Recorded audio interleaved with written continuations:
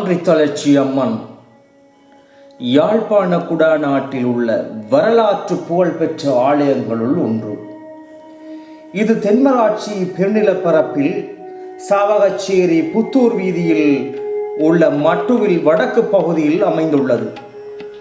இந்த ஆலயம் வயலும் வயல் சார்ந்த இடத்தில் மருதமும் புளிய மரமும் ஓங்கி வளர்ந்த பகுதியில் அமைந்துள்ளது.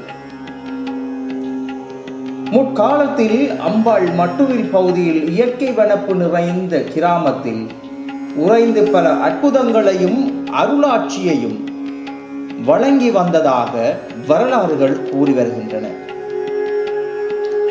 இவ்வாலயம் கிபி 1750 ஆண்டில் திருநாகர் கதிர்காமம் என்பவரால் வைரக்கற்களை, அதாவது வெள்ளை கற்களை கொண்டு கட்டப்பட்டது. அம்பாளின் ஆலயம் 1750 ஆண்டு பகுதியில் நிர்மாணிக்கப்பட்டதாக ஆலயத்தின் மூல சாசனத்தின் பின்புறமாக பித்தளையில் பொறிக்கப்பட்ட எழுத்துக்கள் சான்று பகிர்கின்றன.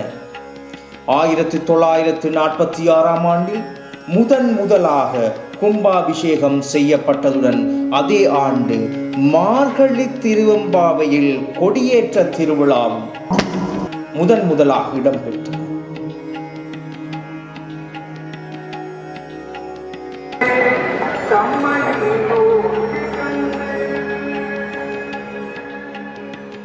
பக்த அடியார்களே, பன்றித்தளர்ச்சி அம்மன் கோவிலில் இப்பொழுது தினமும் 6 கால பூஜைகள் இடம்பெறுகின்றன.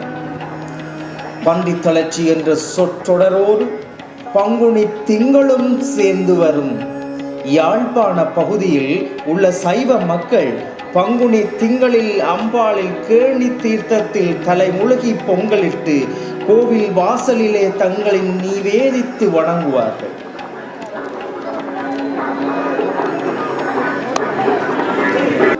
பொங்கத்தலமாகவும் தீர்த்த சிறப்பும் மூர்த்தி பெருமையும் ஒருங்கே வாய்க்கப்பெற்ற தலமாக இக்கோவில் விளங்குகிறது.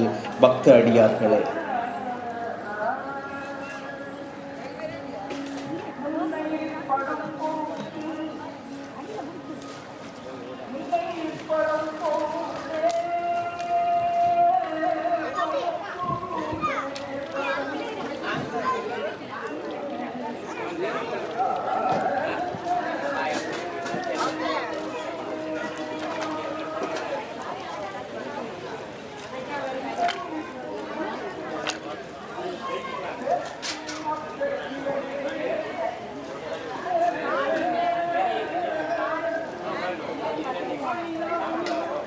ஆலயத்திற்கு வருகை தரும் அடியவர்கள் நீராடுவதற்கு வசதியாக ஆலயத்தின் தெற்கு பக்கத்தில் 100 அடி அகலம் 100 அடி நீளமுடைய தீர்த்தக்கேணி ஒன்று அமைந்துள்ளது.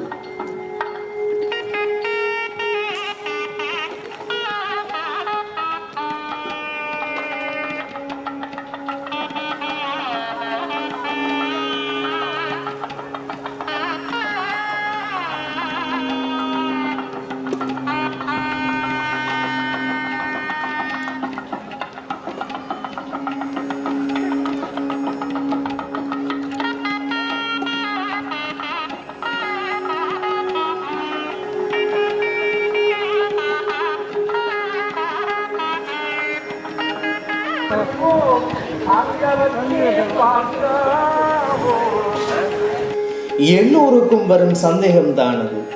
எவ்வாறு இவ்வம்மனுக்கு பன்றித்தளர்ச்சி அம்மன் என்ற பெயர் உருவாக காரணம் என்ன? அதற்கு ஒரு கதையே உள்ளது.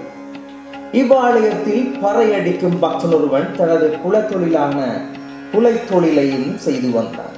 அன்றொரு நாள் அவன் எறிந்த கூறிய ஆயுதம் இலக்கு தவறியோ அல்லது திருவருட்செயலாகவோ ஒரு பசு ஒன்றின் மீது பட்டது. உடனே அப்பசு துடித்து இறந்தது. அம்மன் மீது அளவற்ற பக்தி கொண்ட அந்த பக்தன் வருந்தி பின்னர் தெய்வத்தின் துணை இருக்கிறதே என்ற துணிவோடு அந்த பசுவை ஆலயத்திற்கு தென்கிழக்கு பகுதியில் புதைத்து விட்டார். நடந்த சம்பவத்தை எப்படியோ தெரிந்து கொண்ட மாட்டுக்கு சொந்தக்காரன் பக்தன் மீது நடவடிக்கை எடுத்தான். பசு கொலை புரிந்த பாதகத்திற்காக தன் மீது சுமத்தப்பட்ட குற்றச்சாட்டுக்கு பயந்த பக்தன் தனக்கு அபயம் அளிக்கும்படி அன்னையிடமும் வேண்டினான்.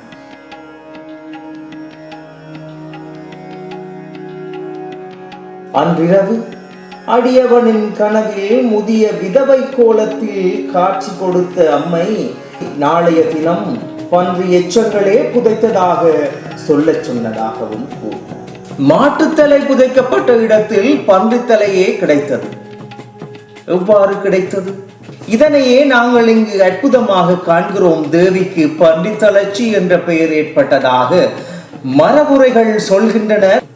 தனது பக்தனுக்கு கிழக்கோலத்தில் கனவில் காட்சி கொடுத்த காரணத்தினால் போலும் என்னவோ தெரியவில்லை, அன்னையை பற்றி பேசும் பொழுதெல்லாம் மட்டுவிலில் வாழ்வோர் இன்றும் வாழ்கின்றனர். அவரை பக்தியோடு பயபக்தியோடு அம்மனை, அன்னையை, அந்த தெய்வத்தை அனைவரும் கிழவி என குறிப்பிட்டு பேசுவார்கள்.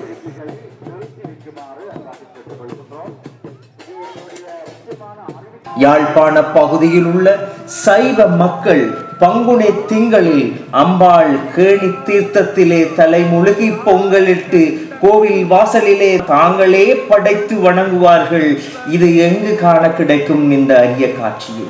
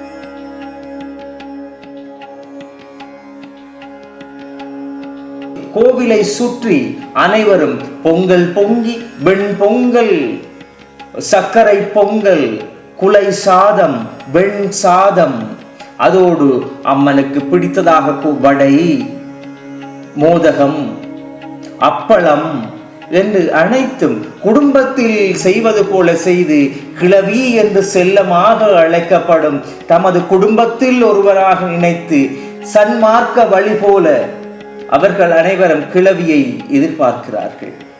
பன்றி தளர்ச்சி அம்மன் கோவில் மிகவும் அற்புதங்கள் நிறைந்த கோவிலாக காணப்படுகின்றது.